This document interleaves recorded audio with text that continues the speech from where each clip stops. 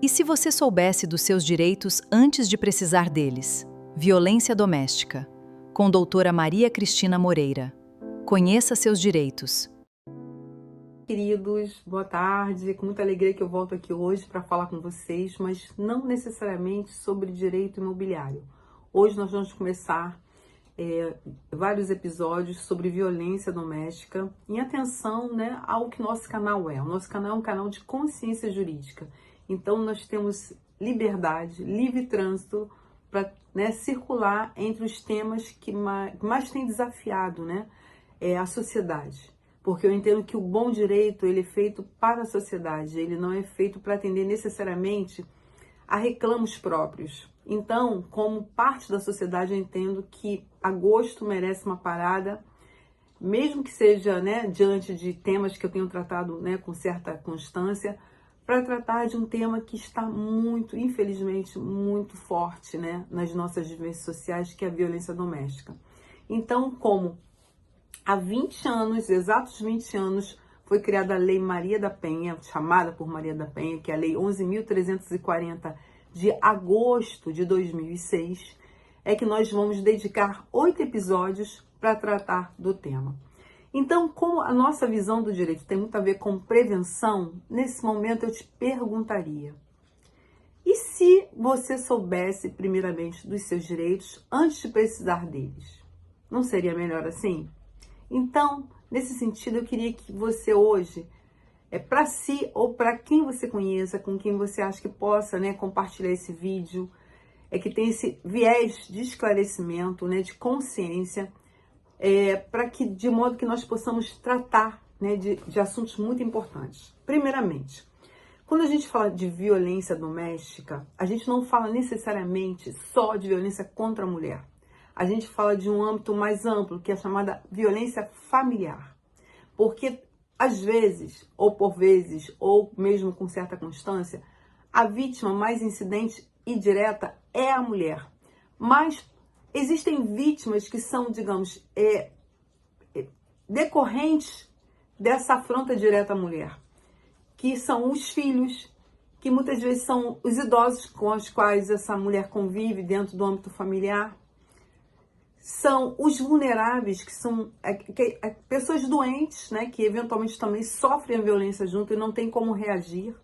Então, assim, quando a gente fala de violência doméstica, nós ampliamos esse conceito para abarcarmos a violência em âmbito familiar e as vítimas que vão além dessa própria mulher. Também é certo dizer que muitas vezes são homens que sofrem violências, mas a lei vai protegê-los pela via do Código Penal, não pela via da Lei Maria da Penha. Então, eu quero estabelecer um combinado com vocês.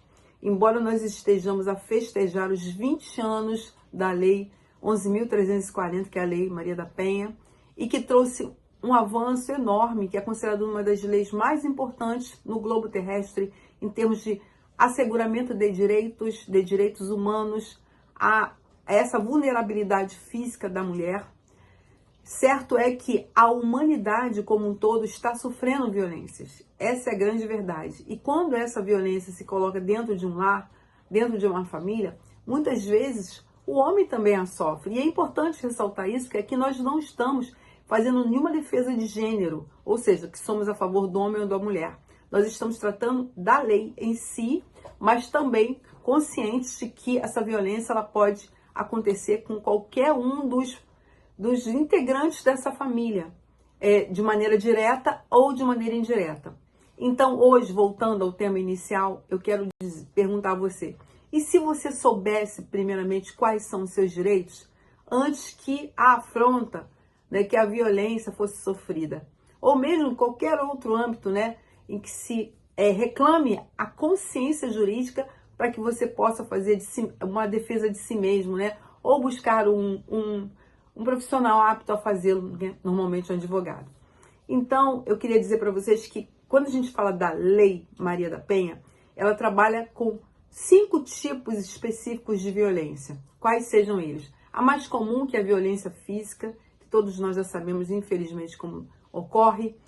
A violência patrimonial, a violência psicológica a violência moral e a violência sexual. 5 tipos de violência tratados pela Lei Maria da Penha. E a Lei Maria da Penha, além de tratar desses tipos, ela vai pormenorizar como se configura cada tipo de violência tratado. E além do que, ela vai assegurar também a mulher que a sofra, ou a algum membro, né, do sexo feminino que sofra essa espécie de violência, e a seus filhos, asseguramentos para que essa lei possa ser cumprida. Então, existem medidas protetivas que nós vamos tratar nos vídeos à frente, de modo que você entenda que, assim, nós vamos juntos, passo a passo, conceder a você não só a notícia de que há a lei, porque isso aí todo mundo já sabe, mas como realmente se valer dos seus efeitos, para que você possa se sentir mais protegida, porque certo é que não adianta saber que existe um direito se você não sabe manuseá-lo, se você não sabe agilizá-lo no momento certo. E para que isso aconteça, nós temos que primeiro nos conscientizar para depois sim lançar mão. Então vamos começar com o primeiro tipo de violência. Infelizmente é aquela que, na maioria dos casos, vai ser aparente, porque a violência física é algo que, né, tem aparência, mas de qualquer maneira isso vai fazer com que você também passe por um exame de corpo de delito, né? De modo a que, mesmo desaparecendo os vestígios dessa violência, você tenha uma prova escrita por um perito de que você efetivamente sofreu essa violência.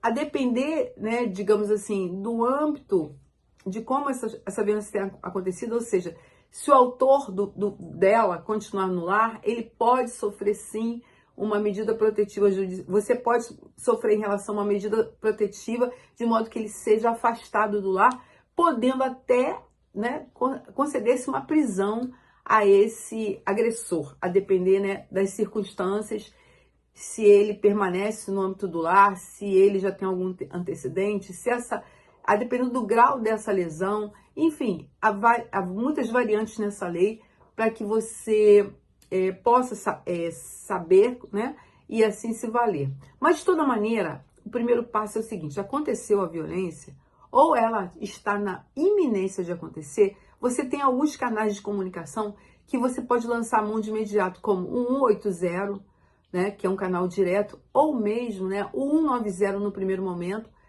de modo a chamar a polícia, a viatura mais próxima até você, e já falando na gravação, quando você ligar, que se trata de um episódio de violência doméstica e você precisa de ajuda imediata, tá? Vamos imaginar que já tenha passado o momento, você já esteja com a lesão, então é o caso de você esteja com a lesão ou nessa primeira abordagem já tenha sofrido a afronta moral, psicológica, patrimonial ou mesmo sexual. É o caso de você se dirigir a uma delegacia, de preferência as chamadas DEANs, né, que são as delegacias especializadas de atendimento à mulher. E elas têm todo um preparo, né, de modo a te atender de maneira assim rápida, célere e com a compreensão plena do quadro, porque são especializadas. Mas isso não subtrai das demais delegacias, no caso de você morar longe de uma delegacia especializada, a obrigação de te atender, tá? Isso é muito importante de ser ressaltado, que muitas vezes a mulher se melindra em ir até uma delegacia de polícia porque acha que chegando lá vai sofrer melindres, deboches, ser desacreditada. E o fato é que há um conselho aqui que eu quero deixar para vocês. Se acontecer isso, na hora vocês entrem em contato com a Corregedoria da Polícia Civil e denunciem, porque não se pode negar digamos assim, o registro de uma ocorrência que impute crime a alguém, ainda mais nesse âmbito, que é um âmbito grave e é um âmbito que pode até culminar numa morte, tá? Então, essa é uma medida preventiva. Claro que depois o acusado vai ser chamado à delegacia, vai ser ouvido, mas nesse primeiro momento você não pode voltar para casa sem o registro feito sobre a alegação de que não acreditaram na sua história. Isso não existe. E aqui eu abro um parêntese, tá? Também para alertar a quem quer que seja, contra a prática de denunciação caluniosa. O que seria a denunciação caluniosa? Seria um crime previsto no Código Penal. Ou seja, aqui eu alerto a todos, né, quanto possam pensar em incidir nesse crime, ou todas, tanto faz, homens ou mulheres. Fazer falsa denúncia de crime é crime, e você há de responder por isso também. Então, quando nós falamos em alguém buscar uma delegacia de polícia como ponto de apoio para uma proteção, para a busca de uma proteção, e nesse âmbito que eu estou tratando, proteção da sua própria integridade física, ou seja, asseguramento de um direito humano mínimo, básico, que é o direito à preservação da própria vida, nós estamos falando em algo muito sério. Então, se você está inventando uma história, pode ter certeza que há de também pagar por isso. Então, o que nós estamos chamando aqui é o equilíbrio, é a consciência, primeiramente, de viver de uma maneira adequada, equilibrada, harmoniosa, mas nem por isso sujeita a sofrer afrontas. Aí sim, busca o Estado, né, a delegacia de polícia como representante do Estado, mas falando a verdade. Porque se não falar a verdade, vai sofrer as consequências também. E detalhe, parêntese do parêntese, muita gente pensa o seguinte, como é que o Estado, a polícia vai saber que eu estou falando mentira? Todo criminoso pensa que o crime compensa, mas os presídios estão lotados, certo? É claro que a gente ouve muita história aí, mas os presídios continuam lotados.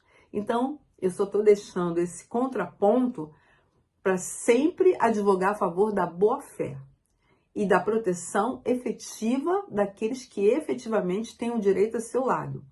Então, gente, hoje eu deixo, né, me despeço de vocês com esse vídeo, chamando a atenção para a prevenção, não é? Através de um conhecimento jurídico a respeito daquilo que possa te advir e te dar, assim, o asseguramento de que existem medidas e que o Estado vai te apoiar, caso você, né, procure as vias legais para essa defesa. E evite a autodefesa, só se for em situações extraordinárias, porque a gente desconhece as consequências de alguém que chega ao ponto de se desequilibrar para, né, gerar mal à integridade física de uma pessoa que na intimidade convive consigo. Isso é muito grave, isso é prova de um grande adoecimento. E um adoecimento, infelizmente, que está cometendo muitas pessoas da nossa sociedade. A maioria de nós, ou seja, a maioria dos seres humanos está muito doente, emocionalmente. Então, esse tema, ele é um tema, assim, muito importante. Não é um tema qualquer, não é um tema banal. Por isso, nós abrimos espaço no nosso canal para tratar sobre ele. Então, eu peço a você que compartilhe com quem você acha que possa precisar. Continue nos assistindo na sequência dos vídeos que nós vamos trazer a respeito do tema durante agosto. E se inscreva no nosso canal para dar uma força, para o YouTube entender que o que nós falamos tem relevância. Que é muito mais por conta da relevância do que propriamente por conta, né, de querer likes. Não é isso, não preciso disso. Eu preciso sim saber que outras pessoas conhecem seus direitos e que vão lutar por eles, se preciso for. Muito obrigada e até o próximo encontro, queridos.